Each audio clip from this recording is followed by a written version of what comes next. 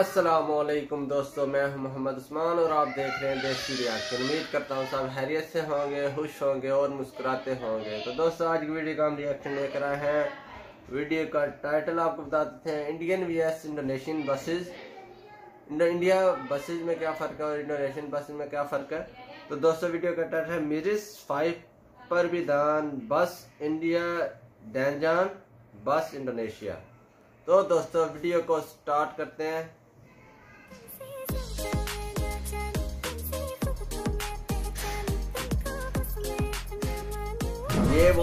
Kalau berbicara tentang negara India, rasanya tidak asing lagi bagi masyarakat Indonesia, sebab serial India di Indonesia telah berhasil mengalihkan perhatian pemirsa televisi dari program-program joget ke drama-drama menarik seputar sejarah dan juga percintaan.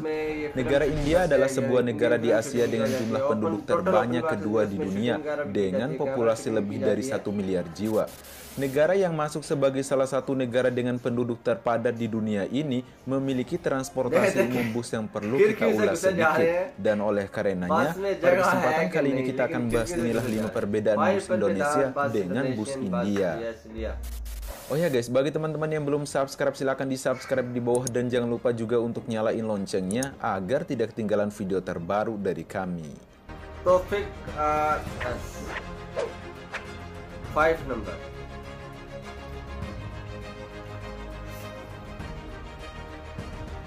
Bus dalam kota. Di awal bahasan kita mengenai bus umum yang digunakan dalam kota antara negara Indonesia dengan negara India. Kita ambil saja contohnya bus Transjakarta.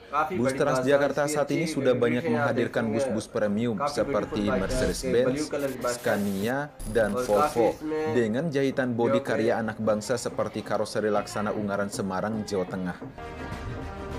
Karoseri Laksana sendiri merupakan pembuat balutan bodi bus asli Indonesia yang terletak di Ungaran, Semarang, Jawa Tengah, dan sudah banyak menghasilkan karya-karya terbaiknya yang bisa kalian jumpai di jalan raya Indonesia. Bahkan beberapa bulan lalu telah mengekspor bus ke Bangladesh. Dikutip dari detik.com, populasi bus premium untuk bus dalam kota di Indonesia akan terus bertambah seiring berjalannya waktu, termasuk bus Volvo B11R yang akan terus bertambah dalam waktu dekat ini, walaupun dulu pernah menggunakan bus asal Cina. Bus terbaru Transjakarta bersesi Volvo B11R tersebut dirakit oleh karoseri Laksana dengan model Cityline 2 yang memiliki fasilitas keren yang akan membuat penumpang semakin nyaman ketika menaikinya. Selain itu, bus kota di Indonesia ada juga yang jenis bus tingkat ataupun bus double decker, tentunya dengan jahitan karya anak bangsa. Namun berbeda dengan bus dalam kota yang ada di negara India. Bus dalam kota yang ada di negara India, busnya lebih sederhana bila dibandingkan dengan bus yang ada di negara Indonesia. Jika di Indonesia penyelenggara bus dalam kota yang mudah kita temui, sebut saja seperti Transjakarta, maka di negara India disebut dengan Delhi Transport Corporation atau biasa disebut dengan DTC. Delhi Transport Corporation merupakan salah satu penyelenggara bus dalam kota yang ada di negara India, khususnya di kota New Delhi yang sudah berdiri sejak tahun 1948 dan rata-rata menggunakan bus buatan lokal dengan nama Bus Tata. Namun uniknya transportasi dalam kota yang ada di negara India, di mana untuk wanita yaitu gratis. Kemudian ada bus yang kelas ekonomi, jadi pilihan bus pun lebih variatif. 4 number.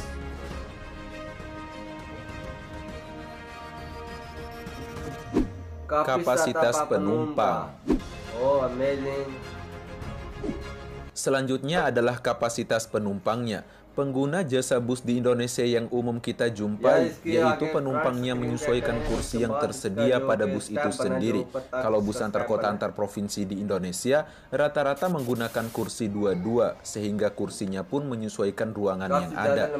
Namun ada juga yang menggunakan kursi 21, namun rata-rata bus antar kota antar provinsi di Indonesia menggunakan kursi 22. Bahkan di kelas-kelas tertentu, ada juga yang menyediakan sleeper class, kursi super empuk dengan selimut tebal yang bikin kalian nyaman banget ketika berada di dalam bus. Jadi jarang banget lihat penumpang bus di Indonesia yang saling desak-desakan sampai sesak napas.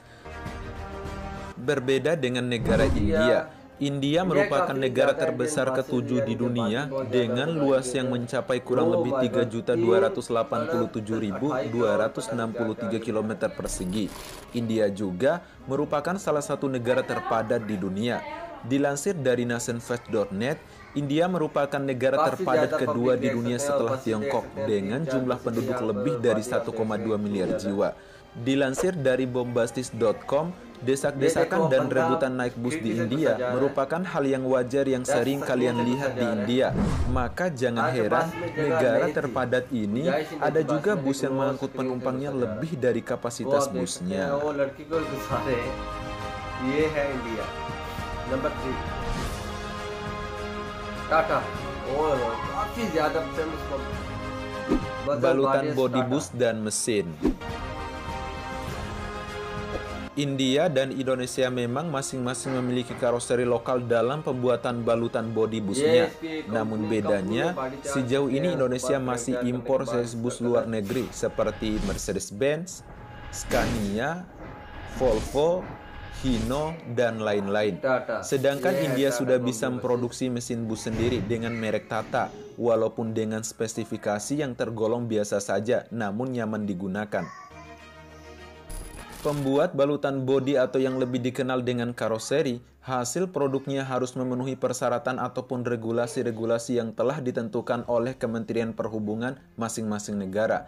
Artinya bus-bus yang dikeluarkan oleh karoseri adalah bus-bus yang benar-benar memenuhi standar jalan. Di Indonesia sendiri, balutan bodi bus adalah hasil karya anak bangsa sendiri dengan kualitas yang tergolong baik dan mewah. Bahkan beberapa negara tetangga meliriknya dan sampai membelinya.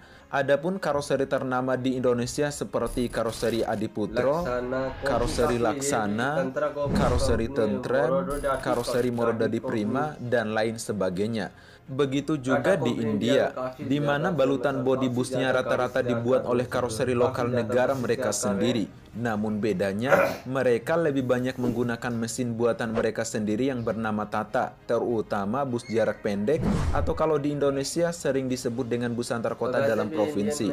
Namun banyak juga sesi seperti Mercedes-Benz, Scania, maupun Volvo yang digunakan oleh bus di negara India, terutama untuk bus-bus premiumnya.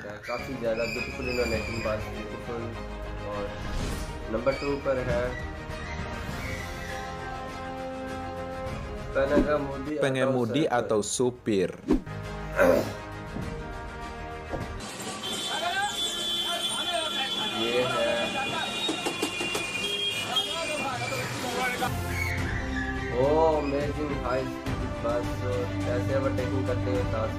Kalau berbicara masalah pengemudi atau supir, mungkin bagian ini tidak terlalu jauh berbeda banget antara supir bus di Indonesia dengan supir bus yang ada di negara India.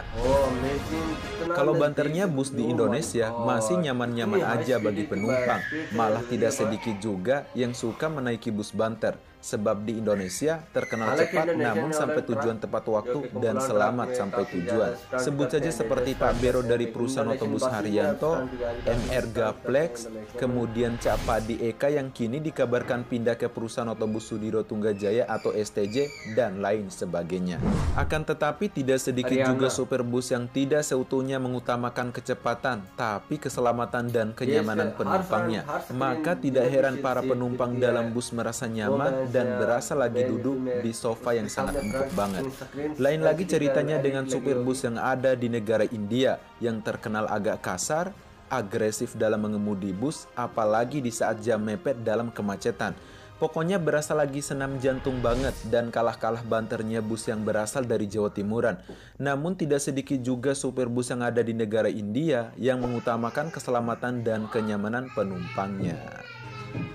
तो ये थी नंबर 1 पर आ जाते हैं। ये काफी ज्यादा ऊंचाई पर है, पहाड़ बना। Jarak tempuh atau trayek. Perbedaan selanjutnya adalah trayek yang dilayani oleh kedua negara tersebut. Dikutip dari Syahri Kolamatan, bus di negara India paling jauh hanya melayani trayek kurang lebih 1000 km dan rata-rata melayani di bawah 1000 km saja. Untuk rute yang paling jauh yang dilayani bus di negara India yaitu dari New Delhi menuju Manali dan sampai ke Himachal Parivahan dengan jarak tempuh kurang lebih 1030 km. Sedangkan bus di negara Indonesia banyak yang terkenal dengan trayek jauhnya dengan rute yang paling jauh yaitu 2900 km. Sebut saja seperti perusahaan otobus Serasa Sayang yang melayani trayek dari Bima menuju Jakarta pulang pergi, kemudian PO Putra Pelangi yang melayani trayek dari Banda Aceh menuju Jakarta pulang pergi juga. Kemudian ada perusahaan otobus Medan Jaya yang melayani trayek dari Medan menuju Jakarta pulang pergi. Ada PO ALS yang melayani trayek dari Medan menuju Jember, Jawa Timur, dan lain sebagainya. Bahkan PO ALS masuk sebagai bus yang melayani trayek terjauh di Asia Tenggara, seperti yang dikutip dari Kaskus.com. Oke guys, dari kelima perbedaan antara bus di negara Indonesia dengan bus yang ada di negara India yang telah kita bahas tadi, bagaimana tanggapan kalian? Silahkan komen di bawah. Kalau suka videonya silahkan di-share, jangan lupa like, comment, and subscribe, dan sampai jumpa di next video. Reaction पसंद आया तो हमारे चैनल को जरूर सब्सक्राइब करें, वीडियो को लाइक करें, शेयर करें, कमेंट में बताएं कि आपको वीडियो कैसी लगी। तो दोस्तों डिस्क्रिप्शन में, वीडियो के नीचे डिस्क्रिप्शन में हमने सेकंड चैनल का लिंक दिया गया है, उससे भी चैनल को सब्सक्राइब करें। उसमें काफ़ी मज़े की रिएक्शन है, मीम्स रिएक्शन है, और इंडोनेशियन, बांग्लादेशियन और इंडियन VS GPN, काफ़ी मलेशियन ट्रक की वीडियो उसमें रिएक्शन वीडियो है। तो दोस्तों उस चैनल को भी सब्सक्राइब करें, सेकंड चैनल लिंक में, डिस्क्रिप्शन लिंक में दिया गया है। तो अगली वीडियो के साथ हाजिर होंगे। अल्लाह हाफिज़।